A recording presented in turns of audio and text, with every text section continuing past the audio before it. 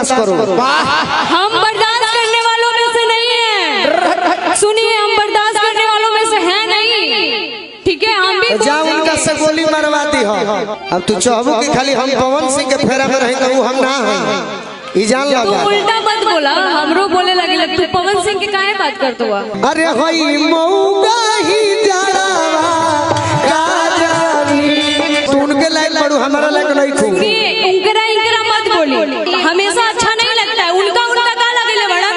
एक मिनट आप धमकी दे रहे हैं, आप हमेशा कंट्रोवर्सी क्यों करते हैं? कंट्रोवर्सी हाँ और जब पति के मरण अरे सती जानी है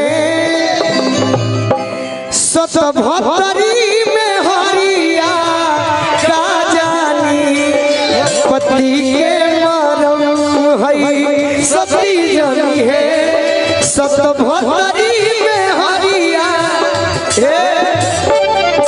पति के मरण सती जानी है। अच्छा एक मिनट मेरी बात सुनिए। भोजपुरी में बोलबो कि ना तू? ठीक बा, सुनी चाहे सुनो चाहे सुन। तो रौरा वहाँ लोग से बोली एने के का मतलब बा?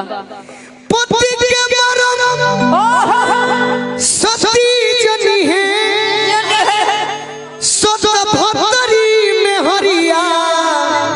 अरे का जानी मरदा के मरण, अरे मरदा जनी है। अरे होई मौगा ही जड़ावा का जानी, मरदा के मरण मरदा जनी है। होई मौगा ही जड़ावा का जानी। कहा तरे से दुख लगल जन करू काहे तू गरीब से मिलल बड़ू रोज रोज। ना गरीब के बात ना बा, रोज अमीर से मिलत तरुए से। देखिए अमीर गरीब के बात ना बा, हम कोनो बहुत आपसे मैं सीनियर जूनियर ही हूँ, सीनियर नहीं हूँ, आप मेरे सीनियर हैं। अरे तुम मेरी जान हो यार। ठीक, जूनियर सीनियर क्या होता है? लेकिन एक होता है, आप बुरा नहीं मानिएगा, शब्द का उच्चारण मुझे आप ऐसे बोल रहे हैं तो अच्छा नहीं लग रहा है। बाकी तो हम आपसे तब हम कहने नु गावतनी कि पति के मरम सती जनी है सतभतरी में हरिया का जानी। उच्चारण तारा पूछे के बाद हमरा से पूछ। ना ठीक बा, लेकिन सब ना समझेला। आप समझता नहीं, हम समझता नहीं, लेकिन सब लोग नहीं के समझा, सब नहीं के समझत भाई। अब तारा जो सर्च सॉन्ग गाइब तो हम तारा प्यार में डूब जाए के नहीं खेलता। तू ही कहा जो तारा अच्छा लगता। अब तू चाहबू कि खाली हम पवन सिंह के फेरा में रही तो वो हम ना है, जान लगा। उल्टा मत बोला, हमरो बोले लगे तू पवन सिंह के काहे बात करतो हुआ। तो तू उनका फैन हुए से मैं उनका फेरा में रहलू से। मैं आपसे बोली, आपसे मैं बोल क्यों आप भी बात करते हैं हमारा। तू हमारे बात के दुख मत मान।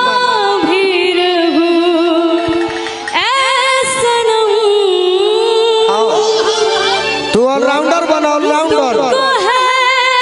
जिंदगी की कसम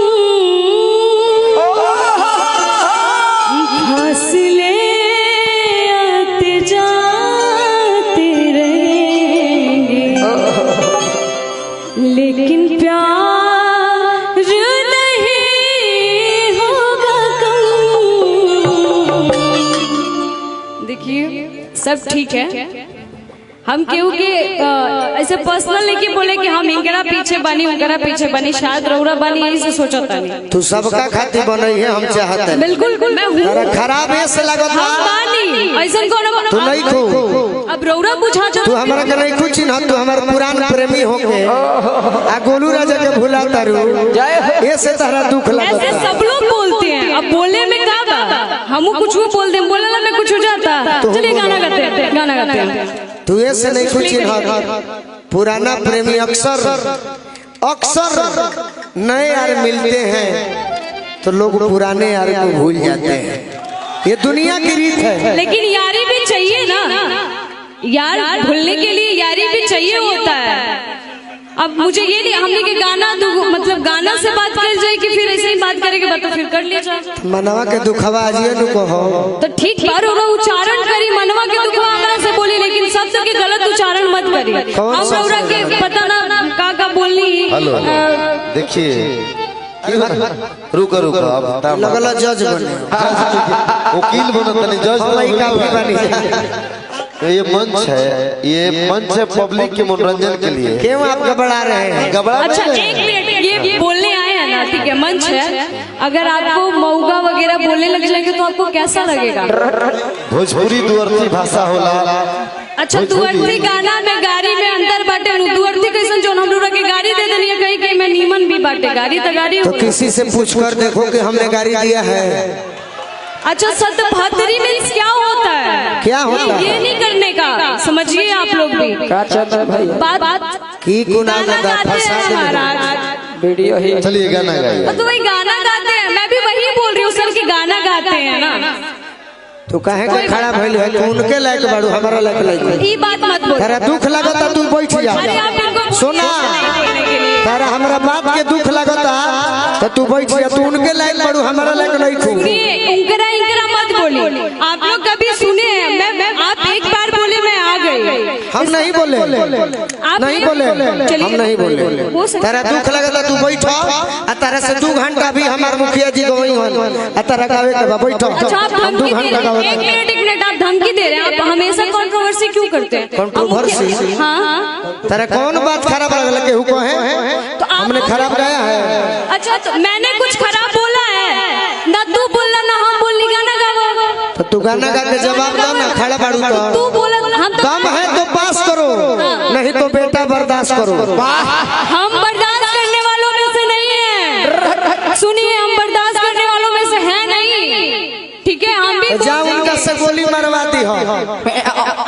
आप बड़े भैया प्लीज इनको समझाइए, हमेशा अच्छा नहीं लगता है। उनका का लगे बड़ा। अरे देखो तारा आदत नहीं खे सुना। हमारा जोरे अनुपमा गौले बाड़ी, निशा उपाध्याय गौले बाड़ी, दुनिया गवत, इनका आदत नहीं खे। जीवन में नहीं खे केहू के संगे गोले एल्बम में गौले बाड़ी आ मंच भैया खड़ा बा, ऐसे इनका खराब लगता। मैं आपकी बात से अग्री कर रही हूँ, हम माना नहीं राहुल बात, हम पहली बार ऐसे मतलब मंच शेयर करता नहीं, लेकिन हम आपके अब जूनियर बनी तो रोरा हमरा के सिखाई ना। फिर जूनियर कहता रोरा सीनियर बनी हमरा से। कैसे सीनियर मानता पागल कहीं हमरा के सिखाई भी ना काम कि तुम करा साथे गावो ओकरा साथे ठीक बाड़ू, ये गलत बात है। चलिए सुनिए, हेलो गाना गाइए, गाना गाइए लीजिए। गलती का है ठहरा उतरे रे।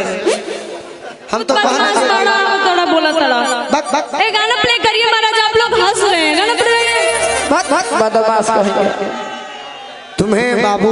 यही खातिर सुनो निकलना लगा दोस्त मेरी, आपको आइडिया नहीं है बिल्कुल मुझे आइडिया दुनिया नहीं में जो यहाँ लोग रुके हुए हैं, इतना जान लीजिए कुणाल भैया, इतना मैं जानता हूँ कि 2000 हम अगर किसी भाई पर खर्च करेंगे, जो यहाँ खड़े हुए हैं वो लोग रिकॉर्डिंग आ सकते हैं।